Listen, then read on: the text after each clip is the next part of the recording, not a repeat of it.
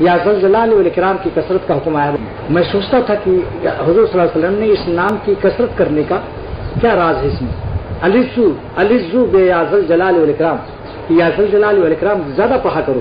حضور کا حکم ہے صلی اللہ علیہ وسلم. اگر کوئی پیر وظیفہ دیتا ہے تو کتنی قدر، اللہ کے نبی نے یہ وظیفہ دیا ہے، کتنے راز اس کے اندر ہیں. پھر میں نے تفسیر عثمانی دیکھا کہ یہ سورہ رحمان میں تبارک اسم ربک ذی جلال والاکرام کی تفسیر دیکھی تو تب پتہ چلا، مجھ کو یہ فائدہ محسوس ہوا کہ جو اس کو پڑھے گا وہ ہمیشہ مخلوق سے بے نیاز رہے گا، اور اس کو اللہ اتنا دے گا کہ دوسروں کو کھلائے گا.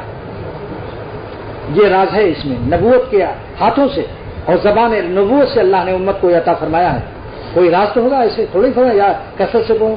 جب اس کی تفسیر دیکھی تب پتہ چلا. یا ذوالجلال معنی کیا ہے؟ ذوالجلال صاحب الاستغناء المطلق، مطلق مستغنی، سوا اطلاق جو ہے یعنی مکمل مستغنی. تو اللہ تعالیٰ کی اس نام کی برکت سے بندے کو بھی اللہ مستغنی کر دیں گے بندوں سے، کسی کا محتاج نہیں ہوگا انشاءاللہ. اس لیے علماء اور طلبہ حضرات کثرت سے پڑھتے رہو.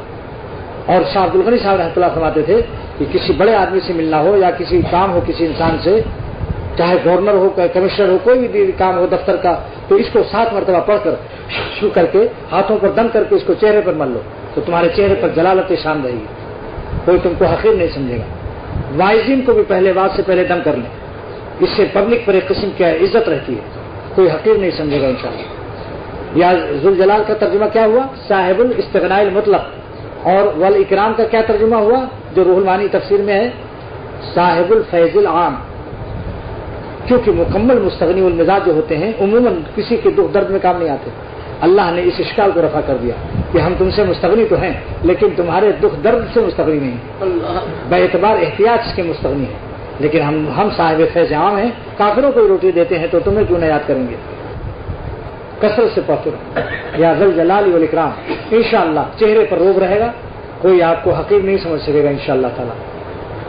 جدھر جائیں گے باعزت رہیں گے اور مخلوق کے کبھی محتاج نہیں ہوں گے، اور آپ کو اللہ اتنا دے گا کہ فیض عام آپ کا ہوگا. کیوں؟ اس لیے کہ جس کا نام آپ نے لیا ہے صاحب الاستغناء المطلق وہ صاحب الفیض العام.